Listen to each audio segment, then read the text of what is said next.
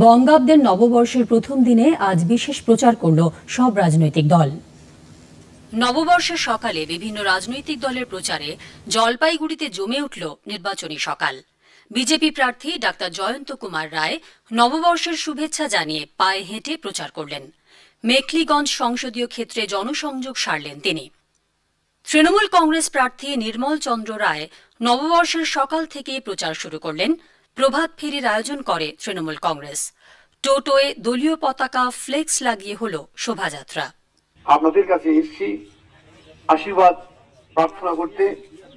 আমি আন্তরিকভাবে ওয়ার্ডের সকল বাসীর কাছে এই শুভ নববর্ষে আমি আশীর্বাদ কামনা করছি যে আপনারা আমাকে আশীর্বাদ করে আগামী 19 এপ্রিল তৃণমূল কংগ্রেসের সপক্ষে এবং আমার সপক্ষে আপনারা ভোট প্রদান করবেন।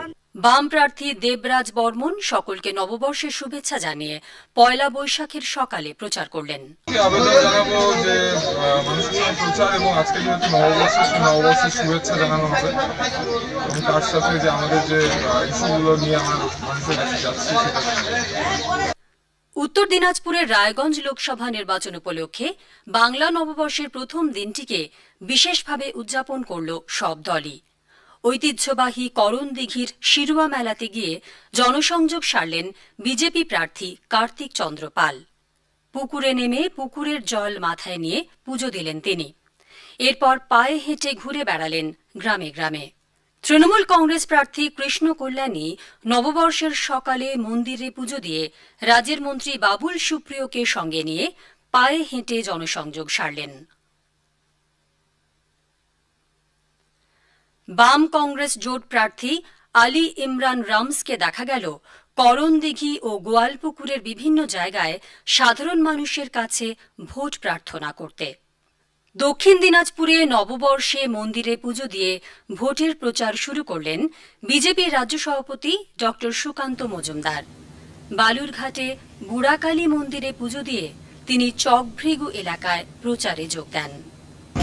প্রায় 100-র বেশি টোটো চালক যারা রাজ্য সরকারের প্রতি রাজ্য সরকারের অন্যায় অবিচার এবং তাদের অত্যাচার এদের কাছ থেকে এদের উপরে নানা রকমের অত্যাচার হয় তার প্রতিবাদে 100-র বেশি টোটো চালক আজকে ভারতীয় জনতা পার্টির পতাকা ধরবে।